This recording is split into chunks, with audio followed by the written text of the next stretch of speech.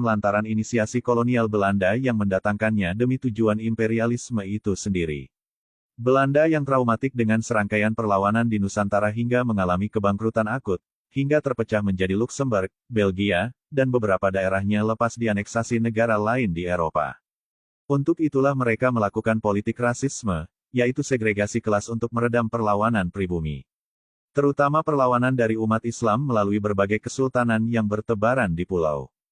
Disinilah Belanda mendatangkan imigran yang siap bermigrasi besar-besaran dengan iming-iming yang pastinya menggiurkan untuk menjadi antek-anteknya.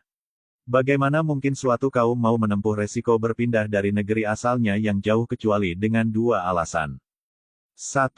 Kondisi di negeri asalnya yang minus dan sangat miskin. 2. Mendapatkan jaminan kemakmuran dan fasilitas di negeri tujuan.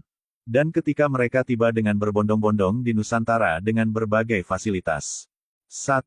Naik kapal gratis milik maskapai Belanda. 2. Mendapat tanah gratis dari Belanda.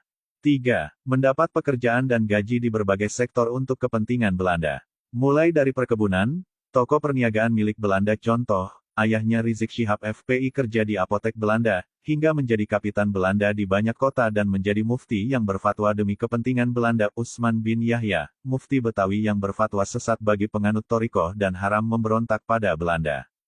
4. Mendapat fasilitas warga kelas 2 di bawah ras kulit putih Eropa, dan tentu saja di atas pribumi termasuk golongan ningrat bangsawan pribumi.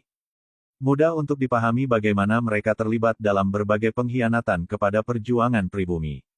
Hingga juga sangat bisa dimengerti bagaimana mereka absen dalam berbagai momen penting menuju berdirinya NKRI yang berdaulat.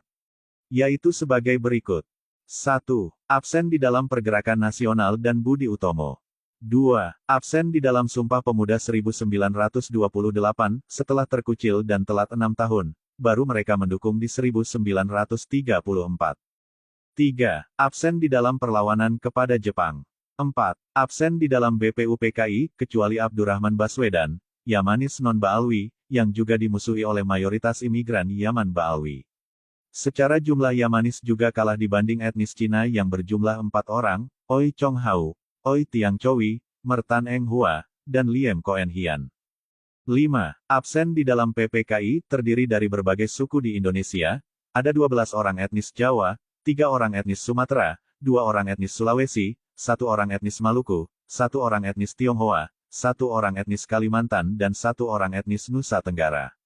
6. Absen di dalam Proklamasi 1945, termasuk klaim Rumah Proklamasi adalah sumbangan imigran Yaman juga sangat lemah berdasarkan kronologis sejarah.